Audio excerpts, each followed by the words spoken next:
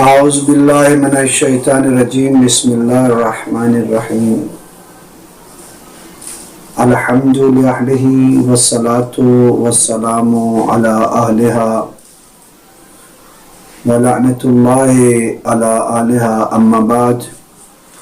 درود و سلام ہو محمد و آل محمد کی ذوات مقدسہ پر،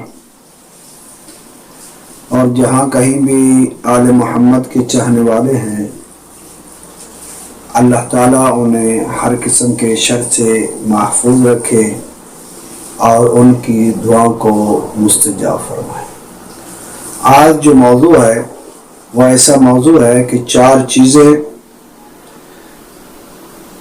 جس کی راویہ ہیں بنت رسول اللہ فاطمہ زہرا سلام اللہ علیہا، کہ جو یہ عمل کرے اسے ختم قرآن کا ثواب ملے، قیامت کے دن انبیاء اس کے لیے شفیع بنے اور تمام مومنین اس سے راضی ہوں، اور حج اور عمرہ کا اسے اجر و ثواب ملے۔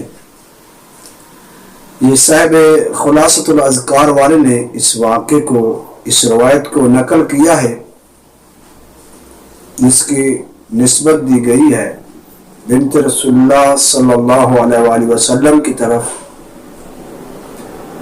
کہ بنت رسول اللہ فرماتی ہے کہ میں نے چہا رات کے وقت اپنا بستر بچھا رہی تھی سونے کے لیے، تو اسی وقت رحمت العالمین میرے والد بزرگوار گھر میں داخل ہوتے ہیں اور فرماتے ہیں بیٹا اس وقت تک نہ سونا جب تک یہ 4 کام نہ کر لو۔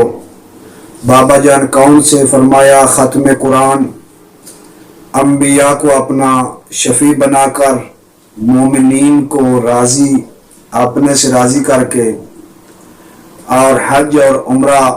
ابھی بی بی سوچ رہی تھی تو رحمت العالمین نماز میں مشغول ہو گئے۔ بی بی انتظار کرتی رہی۔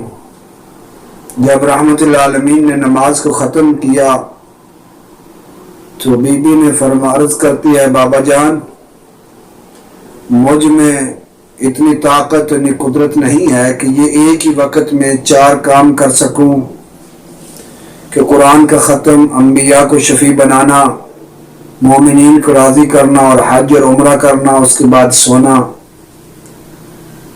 رحمت العالمین نے جیسے ہی بی بی کے یہ الفاظ سنے مسکرائے، مسکرانے کے بعد فرماتے ہیں زہرا آپ کی دسترس میں ہے، آپ کی قدرت میں ہے۔ بابا جان کیسے؟ فرمایا جو انسان 3 دفعہ سورہ اخلاص کی تلاوت کرے گویا اس نے قرآن پاک کو ختم کر لیا۔ پھر جو مجھ پر اور سابقہ انبیاء پر درود بھیجتا ہے گویا اس نے اپنے لیے اس انبیاء کو شفیع قرار دیا ہے، اور جس نے تمام مومنین کے لیے طلب مغفرت کی ہے گویا اس نے مومنین کو اپنے سے راضی کیا، اور جس نے یہ کلمات کہے اس نے حج اور عمرہ ادا کیا۔ بی بی عرض کرتی بابا جان وہ کون سے کلمات ہیں؟ رحمت اللہ عالمین فرماتے ہیں تسبیح 4، یعنی سبحان اللہ والحمد للہ ولا الہ الا اللہ واللہ اکبر۔ جو انسان یہ 4 کلمات کو، اس تسبیح 4 کو ادا کرتا ہے گویا اس نے حج اور عمرہ کو ادا کیا۔ تو اس لیے آل محمد کیونکہ ہادی ہیں، ہر چیز سے واقف ہوتے ہیں، کبھی کبھی آل محمد ایک دوسرے کے ساتھ سوال و جواب جو کرتے ہیں وہ حقیقت میں ہم تک پیغام پہنچانے کے لیے۔ ایک اور روایت ہے کہ جو انسان رات کو سوتا ہے وضو کر کے گویا اس نے ساری رات اللہ کی عبادت کی ہے۔ اور کیونکہ معصومین علیہم السلام میں بعض ایسی گفتگو ہوتی ہے تو روایت میں نہیں نقل ہوتا، تو عام لوگوں کے لیے ہے کہ جب بھی یہ وظیفہ کرنا چاہے پہلے وہ درود شریف پڑھے، اب وضو کرے، اس کے بعد درود شریف کی تلاوت کرے، پھر وہ سورہ توحید کو 3 دفعہ کی تلاوت کرے اور اس کے بعد محمد و آل محمد پر اور سابقہ انبیاء پر درود پڑھے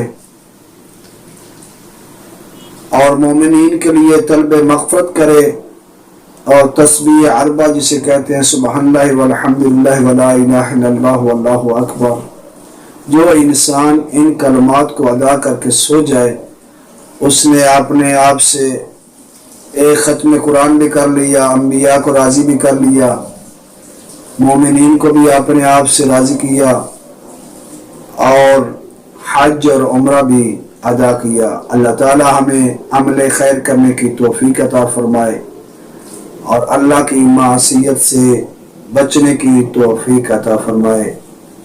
الحمدللہ رب العالمین۔